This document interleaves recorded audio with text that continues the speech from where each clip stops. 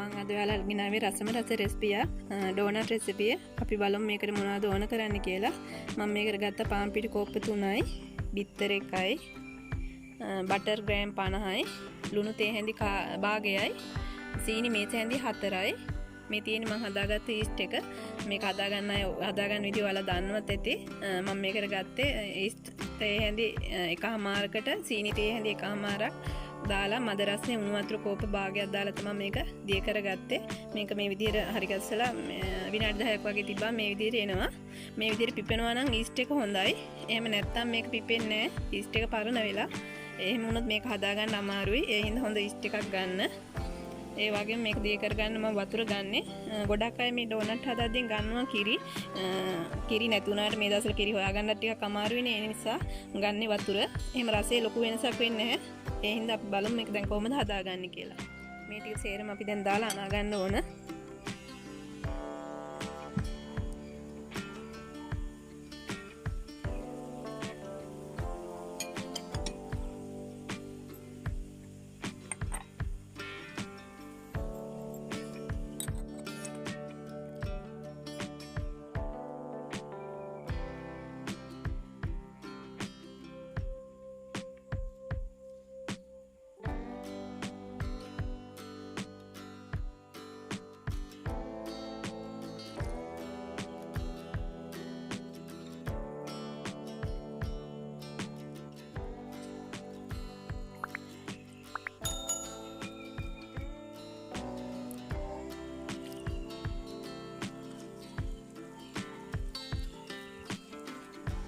මේ විදිහට හොඳට මේක අනා ගන්න.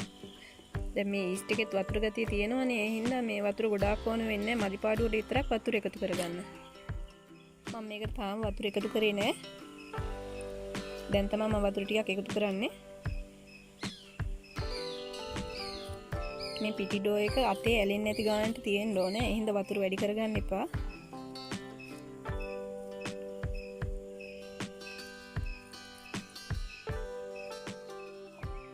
මම මේ පිටි එක දැන් අනාගත්තා. මේ බලන්නකෝ දැන් අතේ ඇලෙන්නේ මේ විදිහට.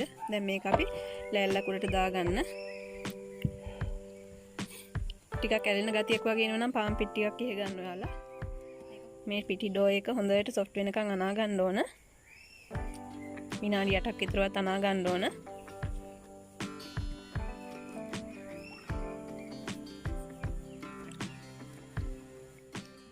පිටි ඩෝ එක විනාඩි 8ක් විතර මේ අනාගත්තා. දැන් මේක මේ විදිහට භාජනයකට දාලා මේක ඩබල් සයිස් වෙනකම් වහලා තියා ගන්න ඕන.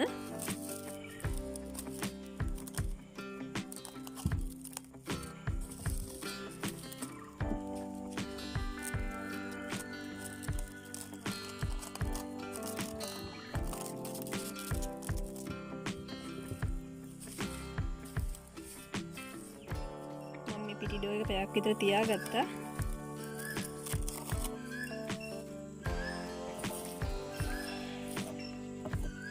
ලෑල්ලට පිටි ටිකක් මුලින් මිහ ගන්න.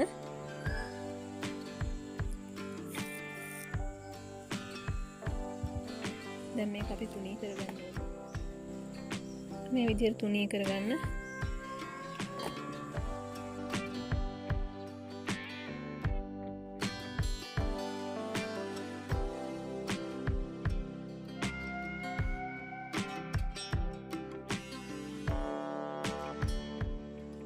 මේක තුනී කරගත්තා. මේ බලන්න උස සෙන්ටිමීටර් භාගයක් විතර වගේ උස තියෙනවා මෙතන. ඒ වගේ ගන්න නිකන් තුනී කරගන්න, ගොඩේම තුනී කරන්න යන්නත් එපා. දැන් මේක අපි රවුම් කපා ගන්න තියෙන්නේ. මේකට මේ විදිහේ කටර් එකක් ගන්න පුළුවන්. එහෙම නැත්නම් ඔයාලා ළඟ තියෙන මේ පියනක් උනත් ගන්න පුළුවන්. ඔයාලා කැමති සයිස් එකකින් මේක හදා ගන්න පුළුවන්. මේ විදිහට රවුම් ටික කපා ගන්න. ඊට පස්සේ මැදට මේ වගේ නොසල් එකක් හරි වෙන මොන හරි මේ විදිහට රවුමක් කපා ගන්න පුළුවන් දෙයක් ගන්න. මේ විදිහට අපි රවුම් ටික අයින් කරගන්න ඕනේ.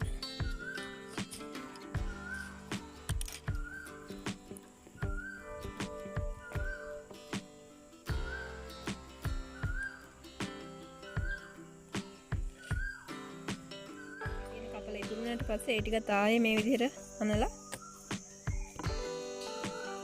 විදිහට බෝලයක් හදාගෙන ආයෙත් අර මුලින් විදිහට මේ විදිහට තුනී කරගෙන රවුම් කපා ගන්න. මම මේ දැන් කපාගත්ත ඩෝනට් එක ගැඹුරු තෙලේ බැද ගන්නවා. අපි දැන් බලමු කොහොමද ඒක කරගන්නේ කියලා.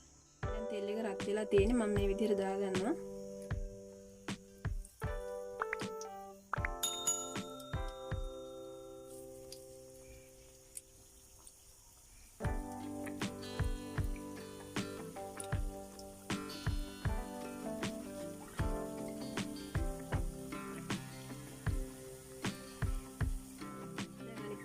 ගමු.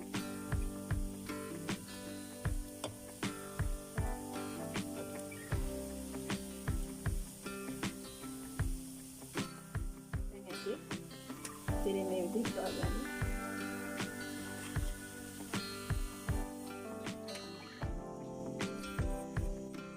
මේ තියෙන මම බෙදගත්ත ඩෝනට්ස් ටික.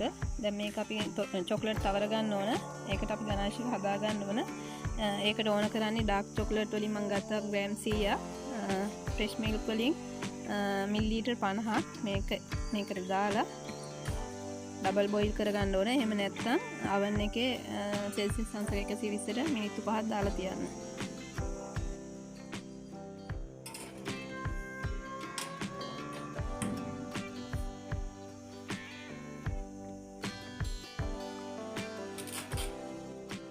චොක්ලට් ගනාශයක හදාගත්තා. දැන් තියෙන මේ ඩෝනට් මේකේ තවර ගන්න මේ විදිහට.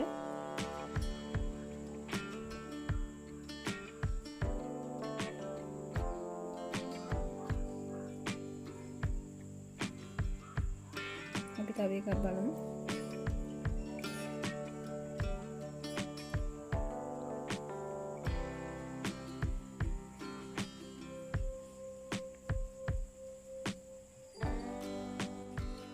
මේ තියෙන white chocolate දාලා හදාගත්ත ගනාශ එකක්. ඒකට මම රතු පාට කලරින් දාලා තමයි මේ විදිහට හදාගත්තේ. ඔයාලට කැමති නම් ඕනම පාටක් මේ විදිහට හදාගන්න පුළුවන්. අපි බලමු මේකෙන් ටිකක් හරි.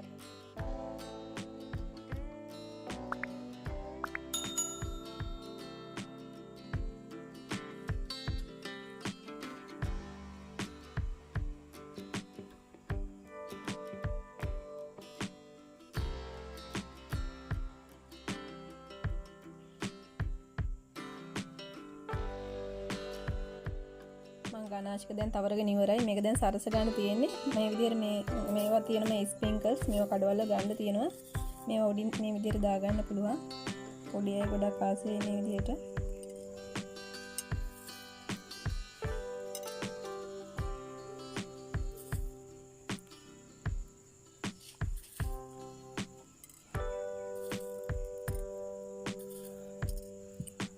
ඒ වගේම පෙබල්ස් වලින් සරස ගන්න පුළුවන්.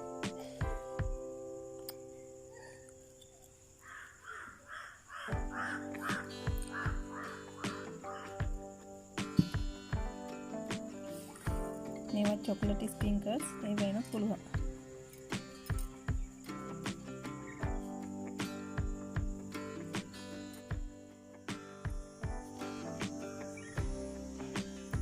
මම දැන් ඩෝනට්ස් ටික හදලා ඉවරයි. මේ බලන්නකො ලස්සනටත් තියෙනවා. මේක හරිම රසයි. ඔයාලත් හදලා බලන්න මේ විදිහට. මොන හරි ගැටලුවක් ඇති වුණොත් මට කමෙන්ට් එකක් පහලින් තියන්න. මගේ වීඩියෝ එක හොඳයි නම් ලයික් කරන්න, ෂෙයා කරන්න. ඔයාලට සුබ දවසක්.